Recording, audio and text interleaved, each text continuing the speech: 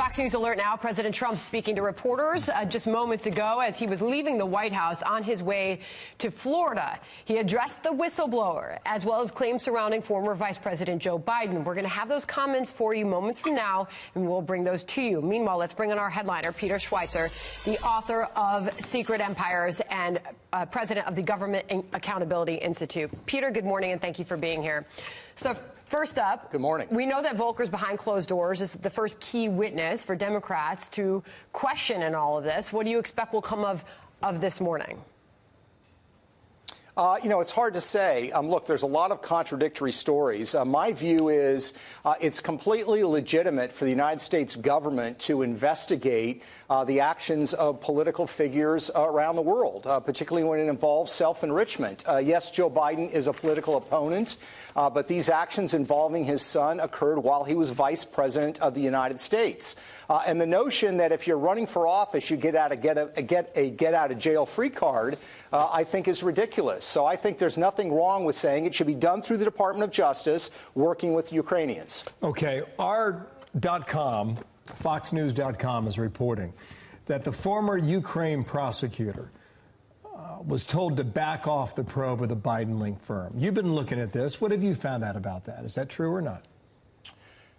Yeah, I mean, it's very interesting. The prosecutor Shokin now has been under oath involving a court trial in Austria where he has explicitly said that he was pressured and later fired because of the Biden investigation.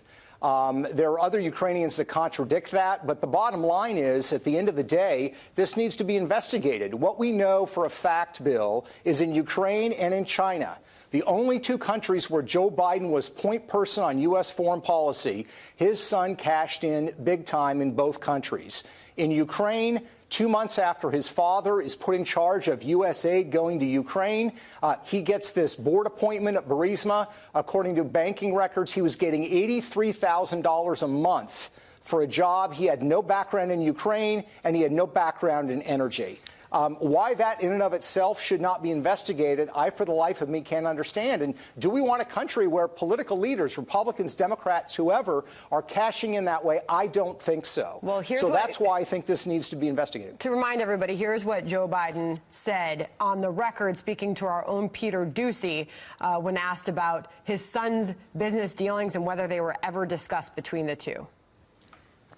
How many times have you ever spoken to your son about his overseas business dealings? I've never spoken to my son about his overseas business dealings. Well, and then that picture emerged, Peter, showing a picture of the Bidens, Joe Biden and his son golfing with that gas company executive on the far left. Yeah, I mean, it's an absurd statement for him to make, first of all, because his own son, Hunter, contradicted him. He said that they talked about Burisma, and his father said, I hope you know what you're doing. But the other problem is, Hunter Biden has flown around the world on Air Force Two with his father to China, to Vatican. The notion that they never talk about his business dealings, which are almost entirely overseas, almost entirely involve Ukraine and China, is patently ridiculous. And, of course, the photo shows, that photo, I believe, is from the summer of 2014, after they joined the board of Burisma, shows that they were spending time with other people involved with Burisma. So it's a patently ridiculous position, and I think it's one of the reasons the Senate needs to look at this, and we need to look at financial records and see the communications that Joe Biden had with Ukrainian and Chinese officials at the time. Okay, a couple of things here. Let's run this down. This is from January of 2018, okay, about not quite 2 years ago, when he explained the movement, the action he took against the prosecutor in Ukraine. I'm telling you, you're not getting $1 billion. I said, you're not getting $1 billion. I'm going to be leaving here. And I think it was, 6 hours? I looked, I said, I'm leaving in 6 hours. If the prosecutor's not fired, you're not getting the money. Oh, son of a got fired. We've seen that a couple times here. By the way, we get the 2-minute warning for the president's playback tape, so we'll play that for our viewers when we get that here. But what he said yesterday in Nevada, Peter, is that he wasn't looking to get rid of a bad prosecutor, replace him with a tough prosecutor in Ukraine. And all these claims about violations do not fly. Yeah, I mean, here's the problem. He doesn't say in that clip that the prosecutor was investigating his son.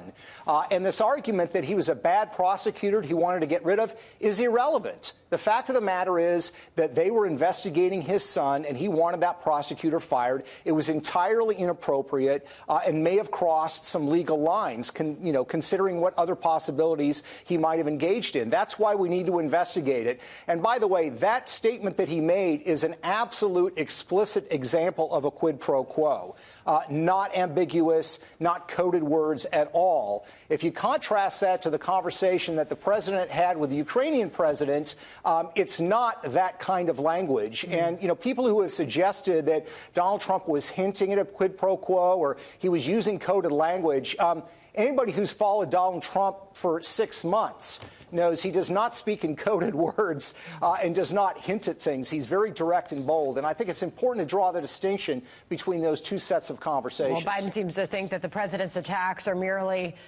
based on his concern about how Joe Biden may beat him in 2020. So we'll hear from the president in a moment. He is expected to bring up China, a rough type of what we are about to hear. Biden going down, you may very well find other countries like Ukraine and China scammed the United States. China deals with people like Biden. We'll hear from the president in just a moment. Peter Schweizer, we appreciate you joining us.